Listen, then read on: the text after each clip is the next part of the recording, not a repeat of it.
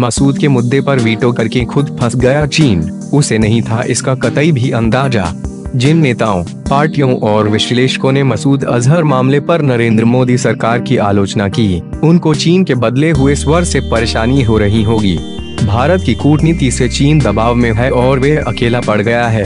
आखिर भारत में चीन के राजदूत लौ झाओहुई ने यूं ही तो बयान नहीं दिया है कि मसूद अजहर से जुड़ा मसला बातचीत के जरिए जल्द हल कर लिया जाएगा।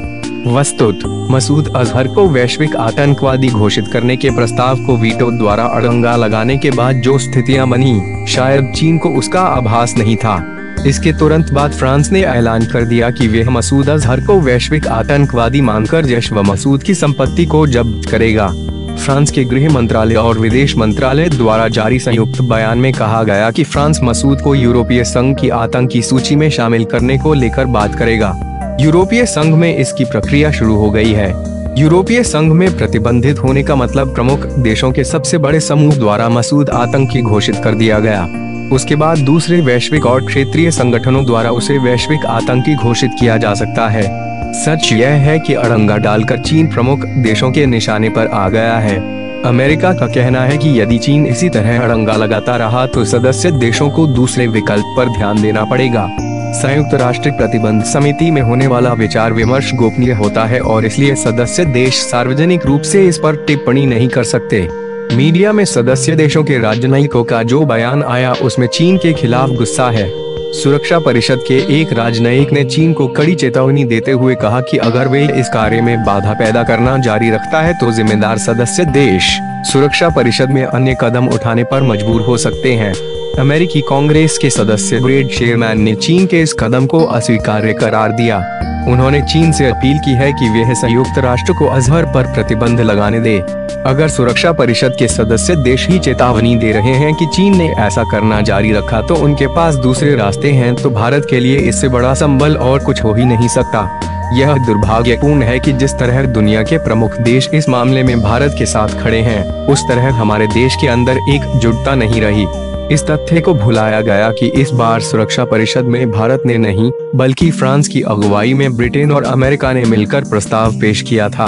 परिषद के 5 में से 3 स्थायी सदस्य देशों का प्रस्ताव लाना भारत की विश्वसनीयता और बढ़ी हुई अहमियत का परिचायक है। वैसे भी सुरक्षा परिषद में प्रस्ताव खत्म नहीं हुआ है। चीन ने वीटो के प्रयोग से इस पर तकनीकी रोक लगाया है।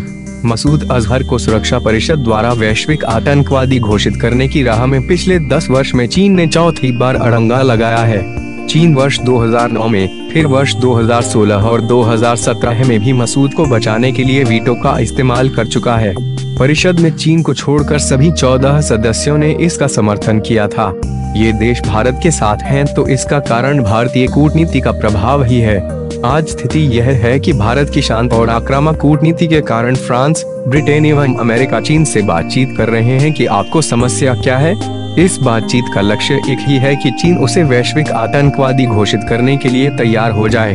चीन प्रस्ताव की भाषा को लेकर कुछ आपत्ति उठा रहा था तो उसे ठीक करने पर बात हो रही है। कहने का तात्पर्य यह कि चीन के पास इसमें विश्व समुदाय के साथ आने या फिर पाकिस्तान के लिए विश्व के प्रमुख देशों की नाराजगी मोलने का विकल्प है।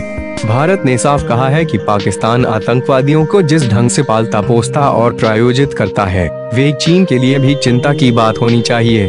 दुनिया में इस समय खुलकर मसूद अजहर को वैश्विक आतंकी घोषित किए जाने का विरोध करने वाला देश शायद ही कोई हो। चीन भी यह नहीं कह सका कि वह इसका विरोध कर रहा है। उसने कहा कि मसूद अजहर पर प्रतिबंध से पहले जांच के लिए समय चाहिए ताकि सभी पक्ष ज्यादा बातचीत कर सकें और एक अंतिम निर्णय पर पहुंच सके जो सभी को स्वीकार्य हो। चीन के विदेश मंत्रालय के प्रवक्ता लू कांग ने कहा कि चीन इस मुद्दे को ठीक से संभालने के लिए भारत सहित सभी पक्षों से संवाद और समन्वय के लिए तैयार है। हालांकि उसके इस बयान का कोई मतलब नहीं है क्योंकि मसूद अजहर आतंकवादी है और वे भारत में पिछले 19 वर्षों से हमले करा रहा है, जिसकी सप्रमाण जानकारी दुनिया को मिल गई है। चीन की अपनी दुर्नीति है। वह पाकिस्तान की पीठ पर खड़ा होकर एक साथ कई स्वार्थ साधने की रणनीति अपना रहा है। पाकिस्तान को उसने इतना ज्यादा कर्ज दे दिया है कि वे उसके चंगुल से आसानी से निकल नहीं सकता। चीन की सोच है कि भविष्य में पाकिस्तान पर कर्ज के एवज में शर्तों के अनुसार कार्यवाही की नौबत आए तो आतंकवादी संगठन उसका विरोध न करे। चीन पाकिस्तान आर्थिक गलियारा को भी चीन आतंकी संगठनों के हमलों से सुरक्षित रखना चाहता है। अफगानिस्तान के तालिबानों से अमेरिका पाकिस्तान के माध्यम से बातचीत कर रहा है। चीन मानता है कि अफगानिस्तान से अमेरिकी सैनिकों की वापसी के बाद वहां उसकी विस्तारित भूमिका में पाकिस्तान का साथ मिलने से विरोध या विद्रोह की स्थिति पैदा नहीं होगी।